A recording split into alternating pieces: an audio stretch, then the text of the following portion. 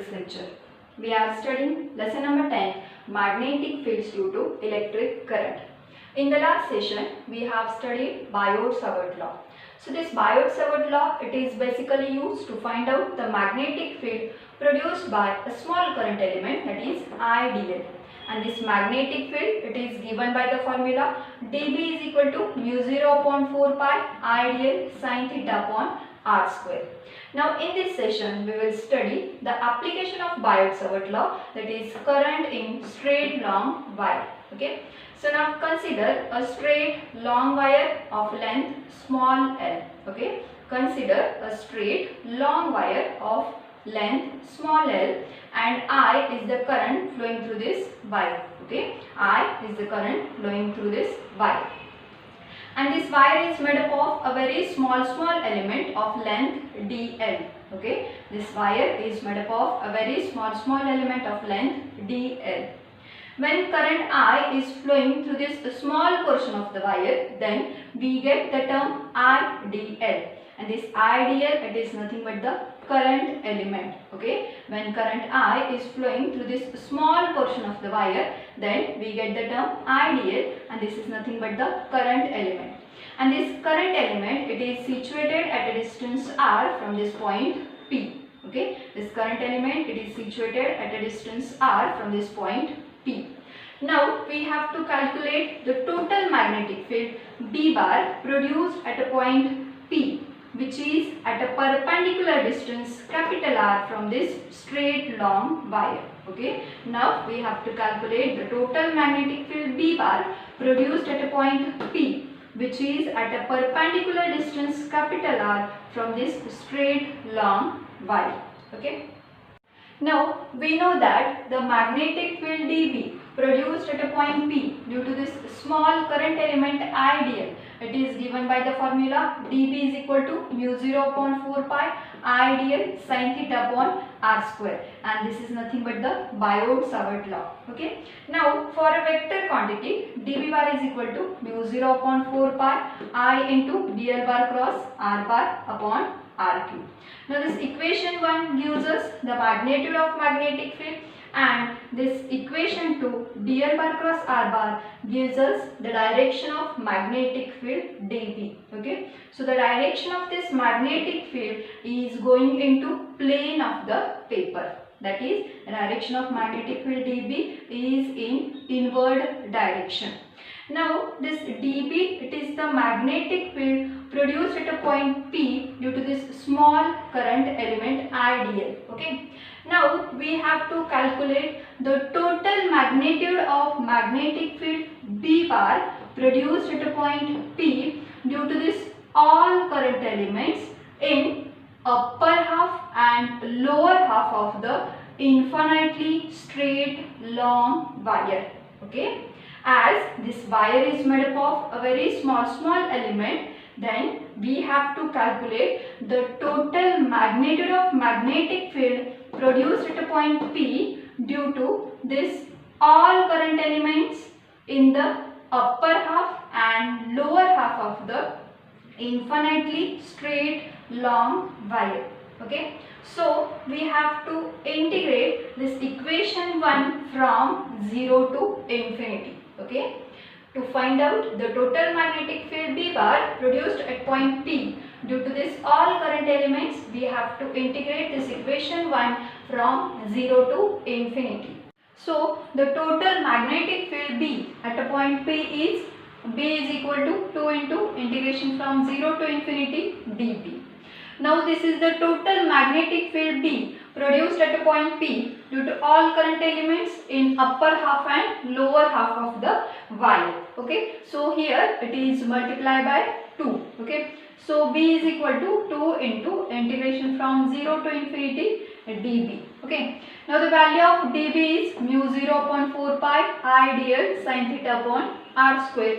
So we get B is equal to 2 into integration from 0 to infinity mu 0 upon 4 pi IDL sin theta upon r square. Now this mu 0 upon 4 pi, it is a constant, so take outside. So we get 2 into mu 0 upon 4 pi integration from 0 to infinity I dl sin theta upon r square. Now we will calculate the value of small r and sin theta. As this is a right angle triangle, according to Pythagoras theorem, small r square is equal to L square plus capital R square. Okay, small r square is equal to L square plus capital R square. So value of r is equal to under root L square plus R square. Okay, value of r is equal to under root L square plus R square. Now angle made by this current element ideal with this r bar is theta. Okay, angle made by this current element with this r bar is theta, and this total angle is 180 degree. Okay, this total angle is 180 degree. So this small angle becomes 180 minus theta. Okay, this small angle becomes 180 minus theta, that is pi minus theta. Okay, so sin theta is equal to sin pi minus theta, and we know that sin theta is equal to opposite side upon hypotenuse. Okay, sin theta is equal to opposite side upon hypotenuse. So we get sin pi minus theta is equal to opposite side, that is capital R upon small r. Okay, sin theta is equal to capital R upon small r.